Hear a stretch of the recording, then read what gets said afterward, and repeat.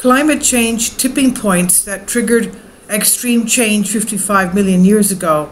Extreme change meaning, of course, another type of extinction level event that takes place every once in a while.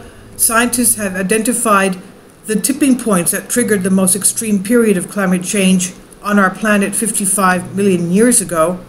The groundbreaking discovery challenges previous assumptions about so-called Paleocene, Eocene thermal maximum, or PETM for short, one of the extreme periods of global warming in Earth's history.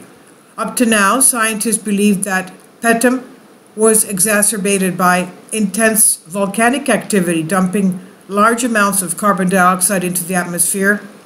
But the trigger behind the 150-year-long period remains a mystery, of course.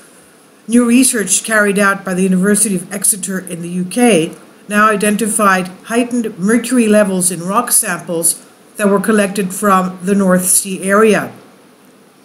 The mercury, which has been detected just before the PETM began, may have been caused by extensive volcanic activity. Significantly, the study identified a steep decline in mercury levels in the early stages of this era. The discovery indicates the collapse of at least one carbon reservoir. Carbon reservoirs are natural storages of greenhouse gases that include large forests, for example, ocean life, and even the atmosphere and layers of our Earth's crust. Kindly support my Patreon account since YouTube has again demonetized my YouTube channel. The daily posts are 5 videos daily, and they are totally different from what I have on my YouTube channel.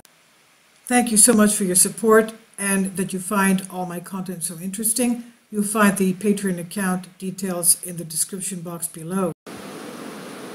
The study suggests the presence of so-called tipping points in the Earth system that can release large amounts of CO2 into the atmosphere, driving the greenhouse effect and temperatures upwards.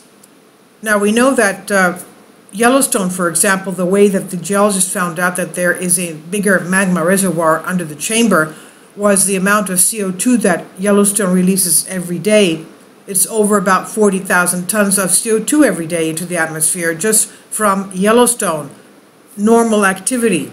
So you can imagine how much was released by volcanic eruptions at that time that triggered these tipping points and warming, global warming. Now, the emission of CO2 through the burning of fossil fuels is one of the leading causes of climate change today.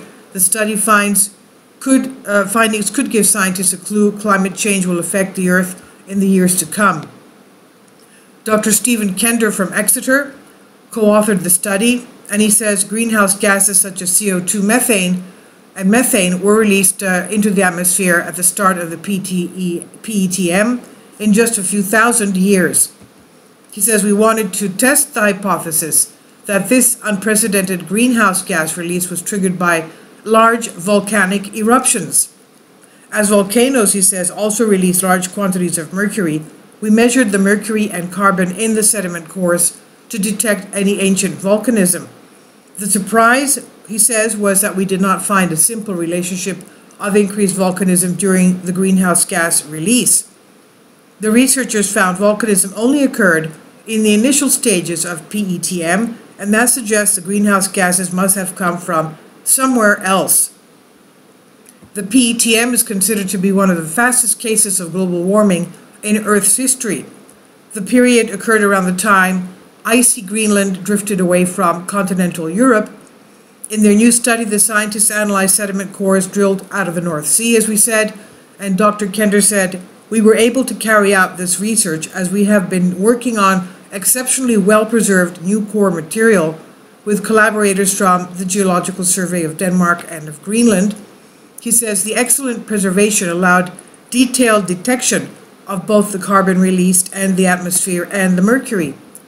As the North Sea is close to the region of volcanism thought to have triggered the PETM, these cores were in the ideal position to detect these signals. And according to the experts, the volcanism that led to the period of warming intruded sills, produced thousands of hydrothermal vents on a scale far beyond anything seen today. The additional sources of greenhouse gases may have come from the melting permafrost and also the seafloor methane. The findings were published in the journal Nature Communications.